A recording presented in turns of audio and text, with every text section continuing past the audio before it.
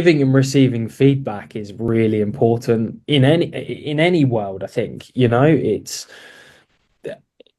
I think it's one thing is not just giving feedback. It is one thing. Like what we try and do and what I try and do in our environment is I'll sit down with leadership groups and captains and staffing groups and say, right, give me your feedback about me or the environment, which sometimes even yourself, who's played for that amount of years and received a lot of generally quite negative feedback at times, whether it be coaching wise or social media or someone just in the crowd telling you're not very good. I got a funny story about that when I first started at 18 and we played Newcastle away and I'm stood behind the post and I was 18 years old and someone's telling me I'm not very good, but in a less polite way, Yeah. and go, well, there's some feedback for you. And I suppose you just get used to it, but it's like that. Um, that's really important to me is that someone once said to me, like, if you're going to give feedback, you got to be prepared to receive it as well. And I think in leadership, sometimes it's very easy to go, no, no, I don't need feedback.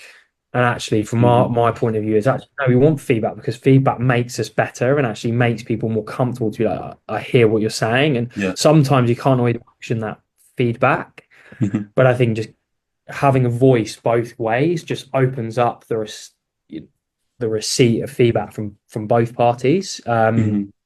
And you can have honest and robust conversations, which I think sometimes we shy away from in high Yeah. performance because Yeah. it's part of it, unfortunately, and then you just get used to, I suppose, that you try not to take it personally, even though Hmm. sometimes it might stick.